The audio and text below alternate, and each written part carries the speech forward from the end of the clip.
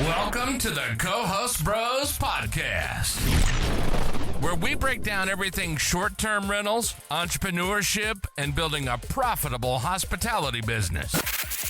Whether you're a host, investor, or property manager, we share real strategies, real insights, and real experiences to help you scale smarter and grow faster.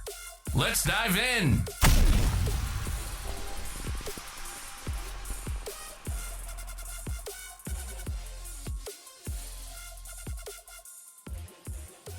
Hey, what up, everybody? My name is Matt Cott, and I'm here with another episode of the Co-Host Bros podcast. So, recently I recorded a tip of the week that I meant to share with you guys about a week ago. Come to find out, I went to edit the episode, and by golly, I didn't turn my mic on. So, that was stupid. But so I wasted 17 minutes of my time giving you all kinds of tips of what to do to boost your brand new listing that you take over. Since, if you take over a listing, normally you have to create a new listing and start from scratch. You don't have the kind of momentum you normally need. So what I'm going to do here is I'm going to give you 3 tips that I use to raise your momentum. And like the last tip I'm going to give you is nobody even knows about it. I've only talked to one other person about this because I was trying to help her with something the other day. So I've heard nobody talk about this. It may be a glitch in the matrix. I don't know. But anyway, so I'm going to start with this. So you go and you make your listing. Okay. You create your listing, you create your new listing, fill it all out, whatever, and, put your photos in, all that stuff. So the first thing I would do is after I create that listing is I would take that Airbnb link and I would go over to RankBreeze, which RankBreeze is 100% free for 14 days. So just make a new account unless you already have RankBreeze.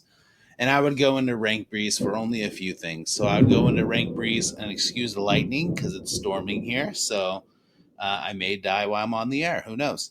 Anyway, so what I would do is I'll go into RankBreeze after I make my listing. I'm not really there necessarily to track it. I'm really there for the more optimization tab. So I'm going there because I want to go see the competitor photos. So the ones that the competitors that score the highest. So I want to go in there, load the listing, go over to the photo optimizer, and I want to take the one that scores the highest and see what listings they have and see how many photos I have compared to them. Maybe I want to add or delete some photos. I want to look at their best photo tab, which is the next photo. It'll take the first 6-7 photos and I'll tell you to put them in that order. Now it's not necessarily right. Use your better judgment. If it puts a picture there, it looks stupid. Obviously the guests aren't going to want to see a picture of the bathroom in the first 5 pictures, but it'll usually find your first 10 to 15 photos and tell you you put the photos the way that you want them, the way that you think they should go, and then it'll basically analyze your 10 to 15 photos and it'll give you the best ones. And then after that, I'd go over to the caption generator and I would have it generate every single caption for all my photos that I'm missing. And then I would just copy and paste it to all the photos. So you don't even have to write the captions for your photos. You could just literally have RankBreeze do it for you and save you a bunch of time. And if you think it sounds stupid, change it, whatever.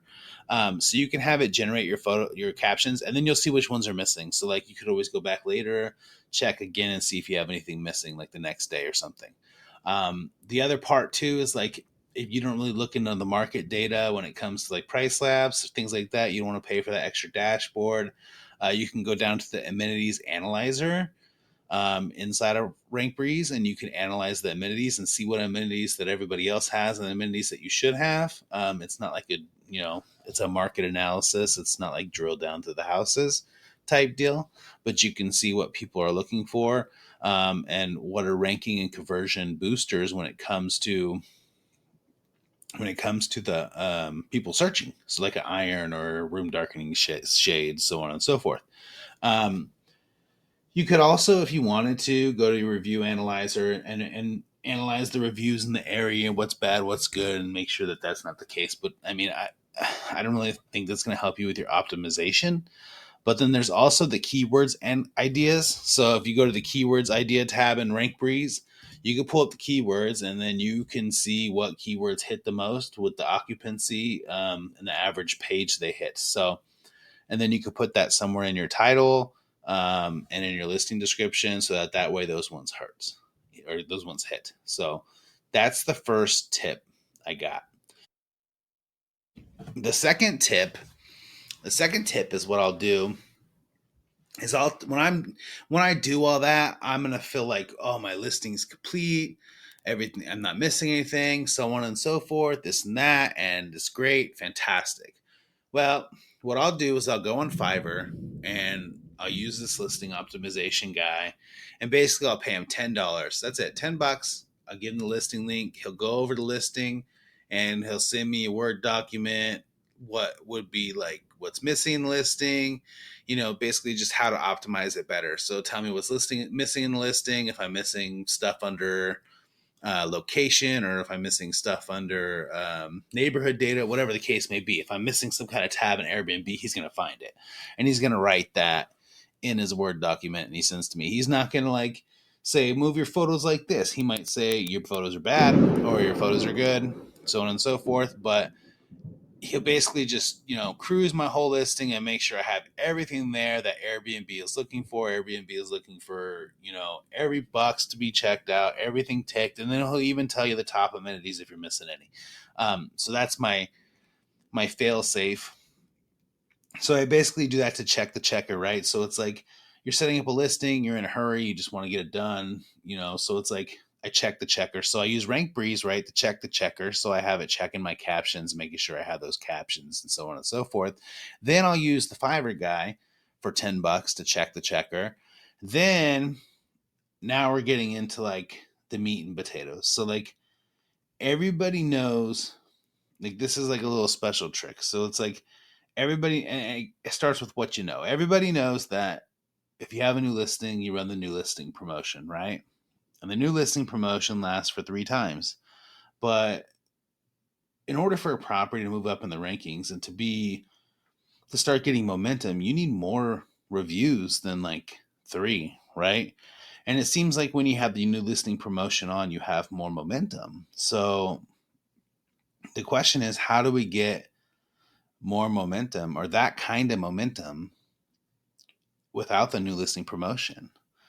And you can run Airbnb promotions, but I don't think that's the way to do it. I think I'm going to tell you what you do. Here's what I do is you go and you run your new listing promotion. 2 people book that new listing promotion. 2, not 3. It's not over yet. Go back into your calendar, remove the new listing promotion. And now you're all saying, Matt, why would I remove the new listing promotion? That's the whole point, right? Well, after you remove it, go back into the promotions and restart it. When you restart it, you get 3 more bookings for the new listing promotion. So you basically started the new listing promotion 100% over, which will include an Airbnb's marketing again, right? Which will boost you in the algorithm again, right? It's like a hack. It's like a cheat code. Now, I stumbled upon this by mistake. I was like, oh, I want to run promos because I'm trying to hit this date, but it was a brand new listing, and then it's for a Beyonce concert. And then I canceled the listing. I canceled the promo, and then I went to go do promos, and I was like, shit, I can't. The only promo I could do is the new listing one. So I'm like, okay, well, I guess I got to have the one booking, and I hit it. It started over, and I was like, oh, this is genius. So I can get 5 reviews built up on the new listing promotion, keep the algorithm higher. Plus, Airbnb's not really looking at the last 60 days data. It's looking kind of more at the last 60 days market data. So the price is probably higher, and I can get a boost in the algorithm, and I get free email marketing from Airbnb. So it's I don't know how many times you can cancel and restart the listing. I always do it once. That's what I've been doing probably for the last 3 or 4 months since I stumbled on this. But I wanted you guys to know about it because I feel like people don't realize you could do that, and I think that's crazy. I think that anytime you can get free marketing from Airbnb, take that shit. So it's for instance, if like you're running an Airbnb promo in general, like I run Airbnb promos all the time. So I'll run promos, like I'll test certain things. Like, for instance, like let's just say 4th of July, I have a house, I was a house of 4th of July, and the rates are $800 a night. And I already know at the 4th of July, by the time I book those dates, it'll probably be $320 a night, maybe. So it's like, okay, so what do I do, right? So I'll run a promo. I just did this recently. So I ran a promo on the second, and I took the second. The second was way lower than 4th of July. It was like $250. So I ran a promo on that $250 night, just that night only, with a 3-day minimum, and I promoted that at $75. And you're thinking like, oh yeah, I'm crazy, right? I lost 175 bucks, something like that. So I lost 175 bucks. But if you think about it this way, on the 4th and the 5th, I was about $800. By the time I got booked, it would have been three something, like 320 and 320, let's just say. So, and then the second on top of that would probably have been like 170. So I would have lost like $70 the first night and over $400 the second and the third night. So I would have lost $900, almost $1,000 for those 3 nights. So basically I said, you know what? I'm going to take my discount now. I'm going to go to the second. I'm going to make it a 3-day minimum for that weekend, and I'm going to reduce the price to $75. I'm going to discount it as cheap as possible. And I ran that promotion for 4 weeks.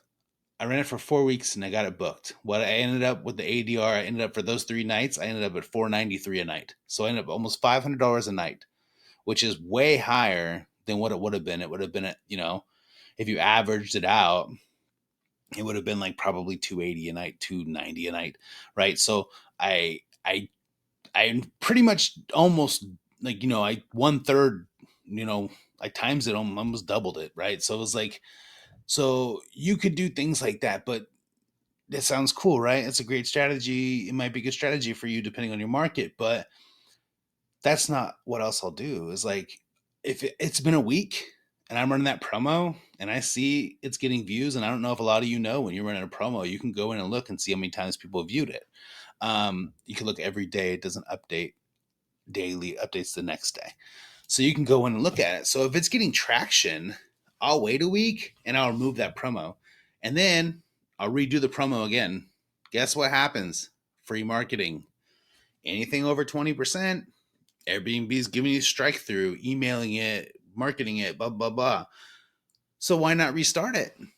Now, I can't 100% confirm that works, that it automatically remarkets it. But that, according to Airbnb's website, if I give more than a 20% or 20% discount or more, those are the things that are going to happen. So I will erase that promo. I'll let the price change on the calendar, and I will go in and re-promo it every single week.